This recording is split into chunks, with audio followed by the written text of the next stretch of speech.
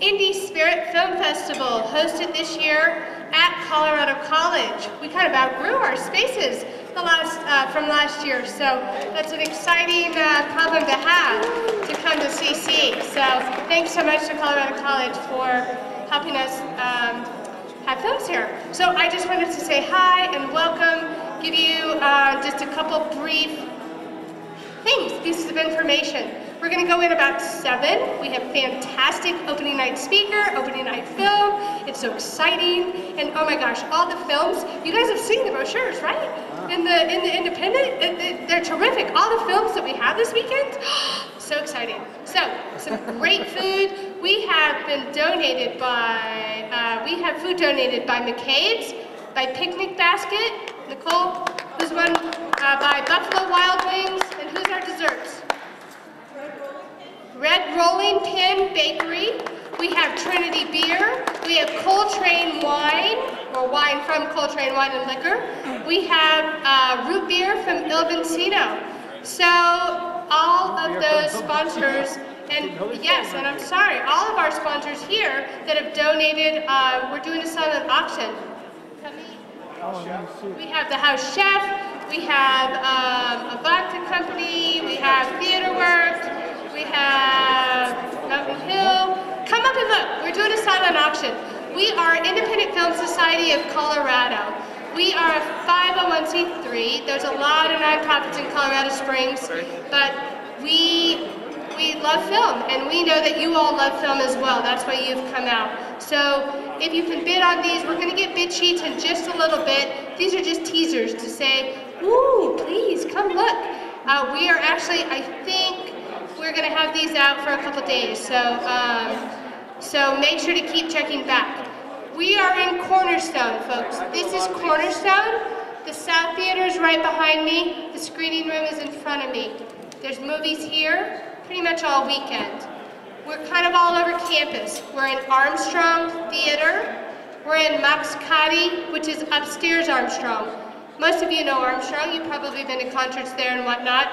Right across Cash, up to the 3rd floor. There is an elevator. We're in WES room, which is in Warner Center. And we are in TET Science Building, the Kresge Lecture Hall, which is kind of that way. It's kind of across campus. It's across Armstrong Quad. We'll get you there, but we have films all weekend. So if you have questions, this is where you come though. We will have this desk staffed all day, every day. Actor that I do know about. Oh, good. And they're very good friends. Okay. What have you do? Share this same particular. I don't know how many of the questions technical questions about the film. We'll do something. There you go, Megan. I will text Andrew right now and see what he says. How do you want to be introduced? Jeez. I'm Jim Turner. I'm the festival director this year. And for those of you who aren't aware of the things we do around here, we are the Independent Film Society of Colorado. We put on the 80 Spirit Film Festival. We also put on screenings twice a month here at Colorado College. We do those in conjunction with Rocky Mountain PBS and Independent Lens, and we also bring in some other independent film that we charge small admission fee, $4 to get into the film. So those of you who haven't been to that, please come out for that. I'm going to keep this real short because I've been without sleep for days and don't even know what I'm going to be saying. But I know that 3 years ago, people were like, you can't do this. You'll never pull this off. Well, here we are, and I think we're getting bigger and better every year.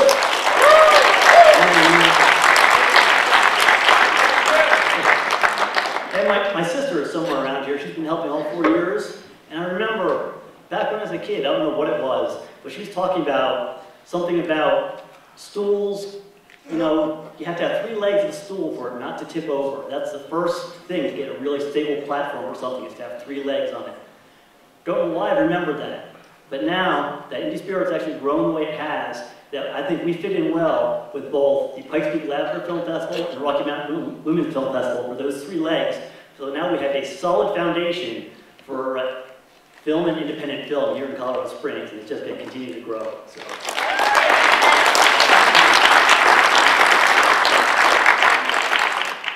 The only thing I ask everybody to do while we're here is look around. We have a lot of empty seats. We're a growing festival. We need to bring bodies in. So if you have a good time tonight, you enjoy it, let people know, and hopefully we can fill more seats throughout the weekend. And we're shooting to double last year's numbers. We had 3,000 seats filled last year, so we're going for 6,000 seats this year. So that's the goal.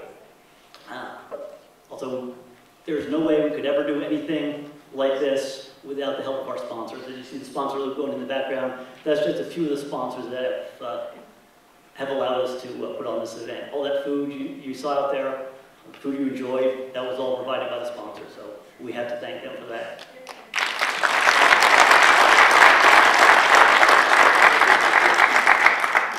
The other people that need to be thanked are the volunteers. Nobody, including myself, gets paid for this job. We do this because we love film, we love Colorado Springs, so we put the two together and do what we can for the community here. So just for all the volunteers for Indie Spirit, they deserve it.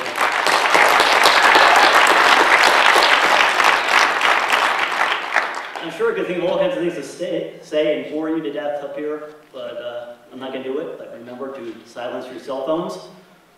And we do have a very special guest speaker this evening. Unfortunately, we were very late in getting our opening night film. I was not able to get the filmmaker to attend, but we do have a very special guest. Some of you may have talked to her out front. It's Melissa Pozosny. I mispronounced her name. Okay, and I do have to read the card because I'll never get her title right. She is the Media Initiatives Program Manager, Smithsonian Institution, National Museum of the American Indian. So I never would have memorized that. I can't remember her name. To the podium. Hi, everyone. Thank you for coming here.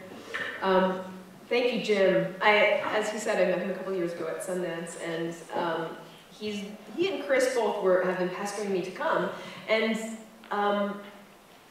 I actually had thought about it, but I wasn't sure. I'm so busy, and I'm only one person in the department now that's actually programming film.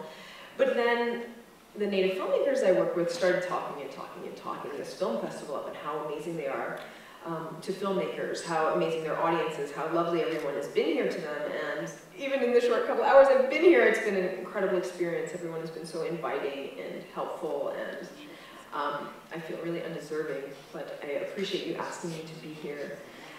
I am the Media Initiatives Program Manager at the National Museum of the American Indian on the Mall in Washington, D.C.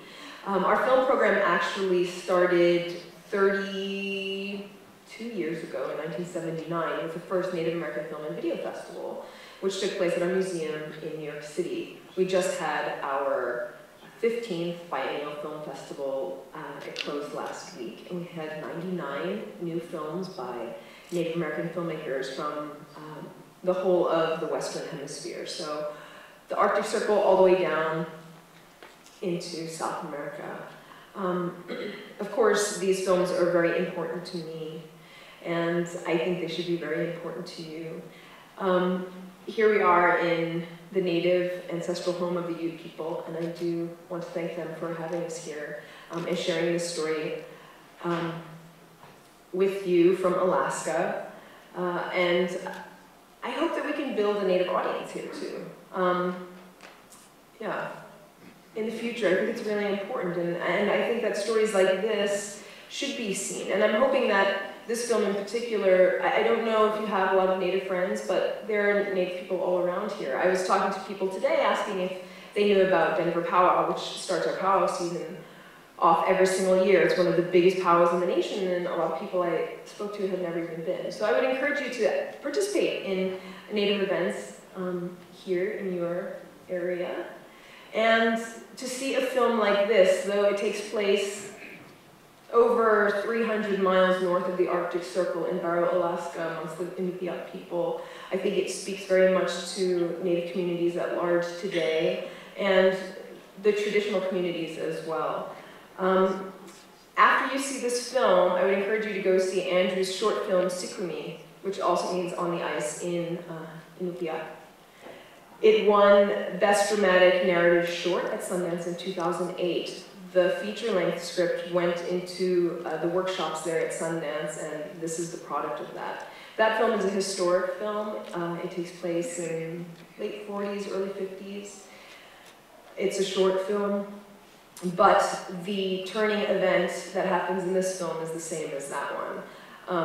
And I would love for you to go and see that film and compare it to this. The filmmaker, Andrew Okpeaha McLean, is an Inupiat filmmaker from Barrow, and he went back home to shoot this film. They shot it in the summer, but you tell me if you think it's summer, if it looks like summer. I think you could tell it's summer because the sun never goes down. That's about it. The two main characters, played by Frank and Josiah, are kids from his hometown. They're first-time actors. At the Sundance premiere, it was funny because the audience was asking them, what are you going to do now? And they're like, oh, we got to graduate from high school. So I really, this film shows a lifestyle that is not just a traditional lifestyle. It is an ongoing, continuing lifestyle of Native people who are hunter-gatherers, who also have iPods and snowmobiles and airplanes, but it's also about a people that is very much connected to their land and the way of life that they have developed over thousands of years. And this film has a very special way of talking about bringing your community traditions into the present, your community philosophy.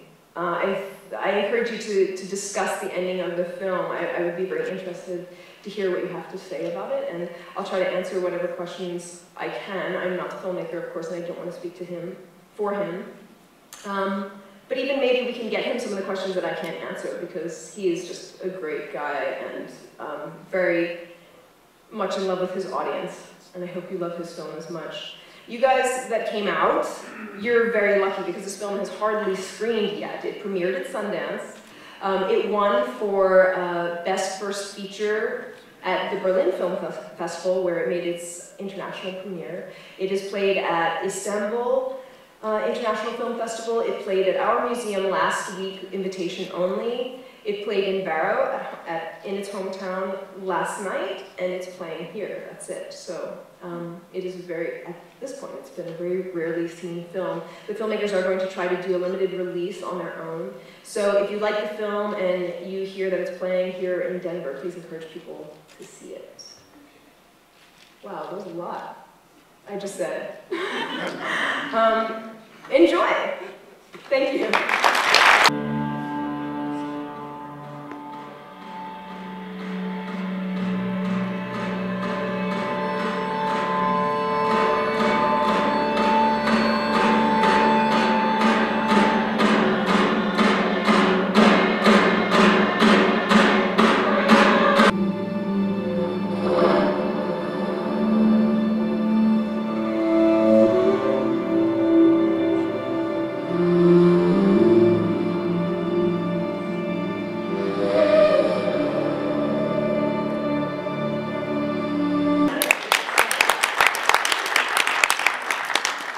I was actually fortunate enough, I got to see this when it premiered opening day at Sundance. So I was in that initial crowd that saw this before anybody else. And when I found out that we were able to get this film for Indie Spirit, I couldn't believe it. I was just so excited. I think it's just an amazing film.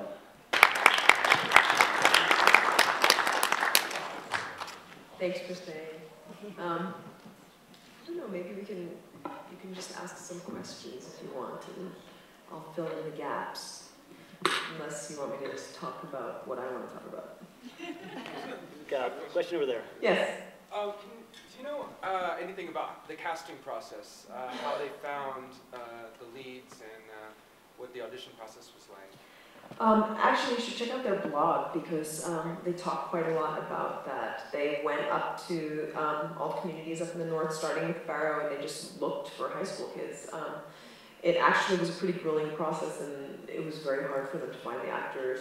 The woman that plays Michelle actually is an Inuit woman from, I think she's from Nunavut, actually, in Canada, which is far across on the other side of the Arctic. But the other kids are all Alaska Natives. And they're all first-time actors. The father is a professional actor. I think he worked with Andrew in Andrew's theater company that he started up there, and some of the other actors as well.